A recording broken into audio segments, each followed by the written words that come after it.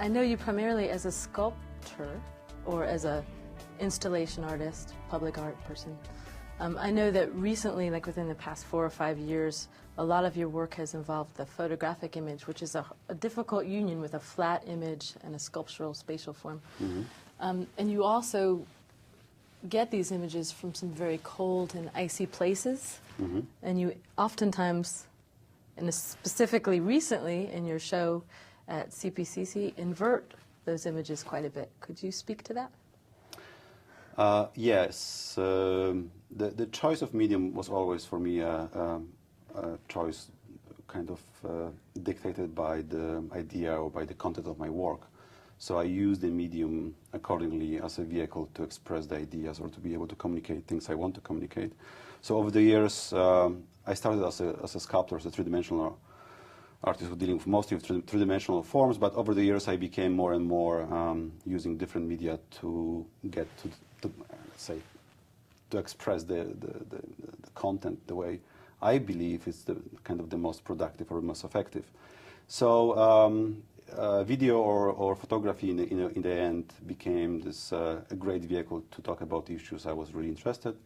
And since 2004, I'm working primarily focusing on the idea of our perception of big global events, in particular global warming.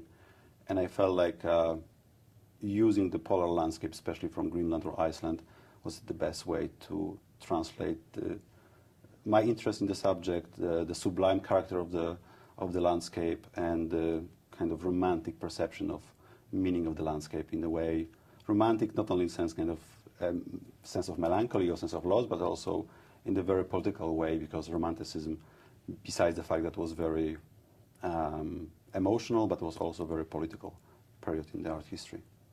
And how about the inversion in your work? The inversion is also the way of trying to escape from the straight document, or trying to kind of go away from just documenting the landscape. I'm trying to more focus on the idea of impression, the more emotional image, which will kind of slightly remove us from kind of reality of the place, and more about the imaginary image of this kind of surreal landscape most of us will never see, and I believe which is disappearing also. That's a good point.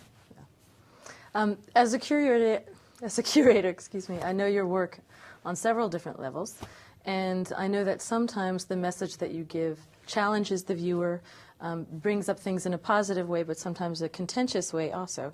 So in a specific sense and in a more broad sense, what kind of things, what kind of conversations are you trying to instigate with your viewer? My work is primarily controlled by my personal interest in issues and problems or ideas I'm occupied for some time. So, and I believe some of them are quite universal, so I believe people can respond to them. I have no intention to provoke people or to please people on going both either side. I'm trying to be honest in my response to those problems or the questions I'm trying to actually point out, but also I'm challenging myself in approaching those issues with the work or the form of the work, which I think will represent the issue, but at the same time will be will invite people to conversation without automatically kind of shutting down the conversation. I don't know how contentious they are, but in the end, I want to strike some conversation or some thoughts or some kind of. I use the art as kind of starting point for conversation. So if I were in Florida in my bathing suit, sunbathing, and I saw a plane go by with a bunch of icebergs carried behind it, what kind of conversation are you trying to instigate there, or is it just a surreal juxtaposition of place? Yeah, I mean, this particular performance was a kind of second part of performance I did in Greenland, where I asked Inuits to hold large banners representing African animals. And I went to Greenland not only to document the landscape, but also to experience the place where actually people believe that the global warming will improve their life, and they're looking forward to it. So on the other hand, the Greenlanders believe that it will give them much bigger economical freedom and political freedom from Denmark, for example.